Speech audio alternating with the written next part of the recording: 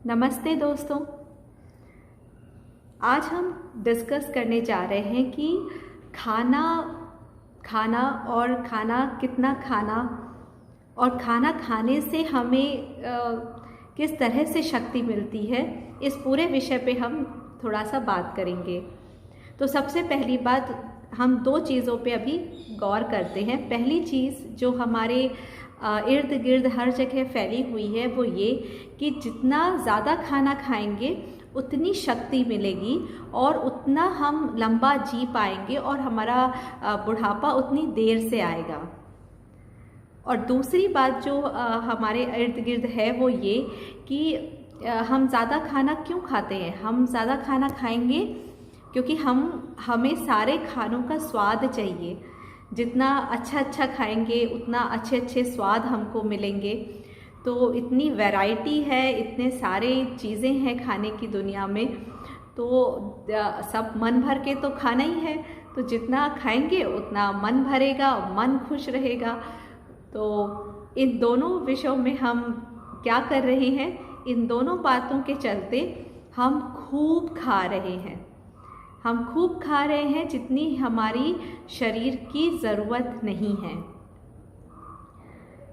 आपको ये चीज़ समझनी पड़ेगी कि गाड़ी में पेट्रोल भरने से गाड़ी नहीं चलती है। जब गाड़ी का पेट्रोल जलता है तब गाड़ी चलती है। यही नियम हमारे शरीर के साथ बैठता है कि जितना भी हम खाना खाते हैं, उस खाना खाने से हमको शक्ति नहीं मिलती है। जब हम उस खाने को पचाते हैं, डाइजेस्ट करते हैं, तब हमको शक्ति मिलती है, तब हम अच्छे से काम कर पाते हैं, तब हमारा बुढ़ापा देर से आएगा और हम हर चीज़ को अच्छे से कर पाएंगे। अब अगर हम ज़्यादा खाते हैं तो कौन कौन सी हमको तकलीफ़ें हो जाती हैं। मोटापा बढ़ जाता है, डायबिटीज़ हो जाती है, कब्ज़ हो जाता है। इस तरह से कई सारी अंदरूनी बीमारियां या रोग उत्पन्न हो जाते हैं। और एक चीज़ तो बड़ी ही मज़ेदार है जो हमारे इर्द गिर्द हम देखते हैं कि अगर कोई हम किसी को पसंद करते हैं, चाहे वो कोई महापुरुष हो या कोई अच्छा ज्ञान देने वाला पुरुष है, तो हमें लगता है इसको हम कितना खिला दें तो हमें उतना पुण्य मिल जाएगा। तो ये भी एक बहुत अजीब सी बात है कि आप उसको इतना ना खिलाएं, वो पुण्य नहीं, कहीं ना कहीं आपकी तरफ से उसके लिए गलत होगा। तो मेहमान नवाजी भी हम करते हैं, खूब खिलाते हैं, खुश भी होता है मन। पर हम सबको समझना पड़ेगा, खिलाने वाले को भी खाने वाले को भी, कि हमें कितना खाना चाहिए और जो भी हम खाते हैं उसको हमको पूरा पचाना चाहिए। तभी हम एक दूसरे का ध्यान रख पाएंगे, हम अच्छी उम्र जी पाएंगे, हम खुश रह पाएंगे बिना किसी रोगों के। तो चलिए सबसे पहले हम देखते हैं खाना पचाने के कुछ रूल्स। तो पहला रूल हो जाता है खाना पचाने के लिए कि आप समय से खाइए। सबसे ज़रूरी बात है, समय से खाइए। आप जो भी आपका समय है, लंच का, डिनर का, वो सब समय पे होना चाहिए। दूसरा रूल हो जाता है कि आप रात में जल्दी खा लीजिए। 6-7 के बाद आप कोशिश करिए कि आप ज़्यादा ना खाएं। अगर बहुत भूख लग रही है तो आप देख लें, आप थोड़ा सा दूध पी लें या आप थोड़ा सा कुछ खा लें, लेकिन 6-7 तक आप अपना डिनर कर लें। जिस तरह से आपके शरीर को पूरा लंबा समय मिल जाएगा सुबह ब्रेकफास्ट तक के लिए, आपके खाने को पचाने के लिए, और यही आपको शक्ति देगा पूरे दिन चलने के लिए। आराम से धीरे धीरे चबा के खाएं, बहुत ज़रूरी है। आपका सलाइवा पूरा मिक्स होना चाहिए आपके खाने के साथ, तो बहुत धीरे धीरे चबा के खाना चाहिए, आराम से खाना चाहिए और थोड़ा देर तक चबा के खाना चाहिए। ये हमें टाइम से सो जाना चाहिए, 10 बजे तक हमें सो जाना चाहिए।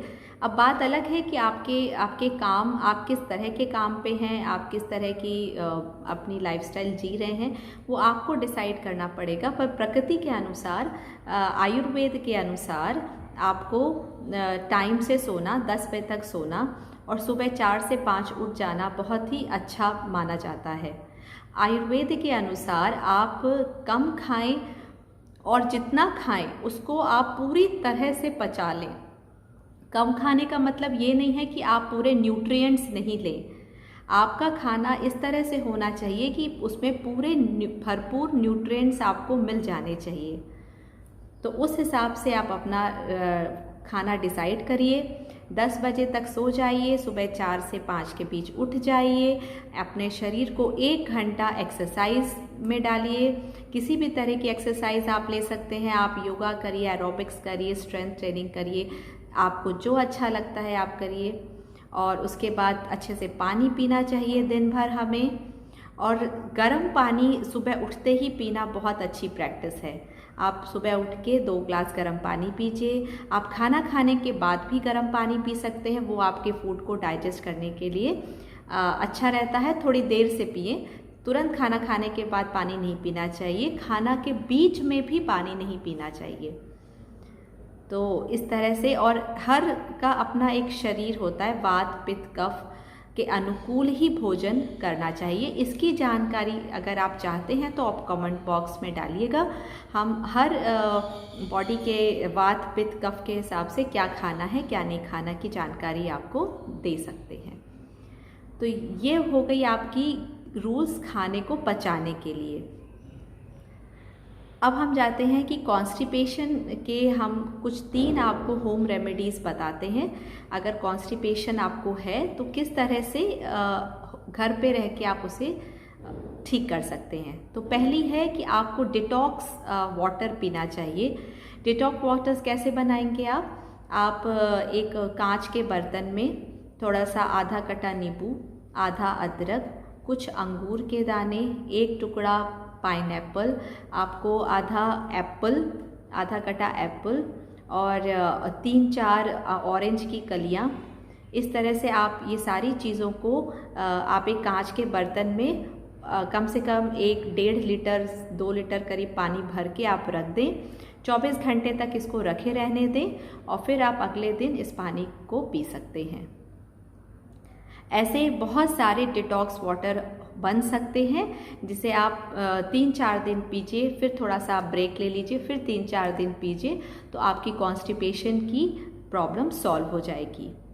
सेकंड है कि कटी स्नान, जो आयुर्वेद में बहुत ही इम्पॉर्टेंट होता है। कटी स्नान कैसे किया जाता है? एक बड़ा सा बाथ टब ले लें, घर पे कोई भी टब ले लें, जो प्लास्टिक के टब्स आते हैं, उसमें आप अपने दोनों पैर बाहर निकाल के, हाथ बाहर निकाल के उसमें बैठ जाएं पानी भर के, और अपने पेट पे पूरा गीला कपड़ा चारों तरफ से लपेट लें। थोड़ी देर ऐसे बैठें और फिर आप आराम से नहा लें। तो ये आपके कॉन्स्टिपेशंस के लिए बहुत अच्छा है। तीसरा है रेमेडी लौकी का जूस।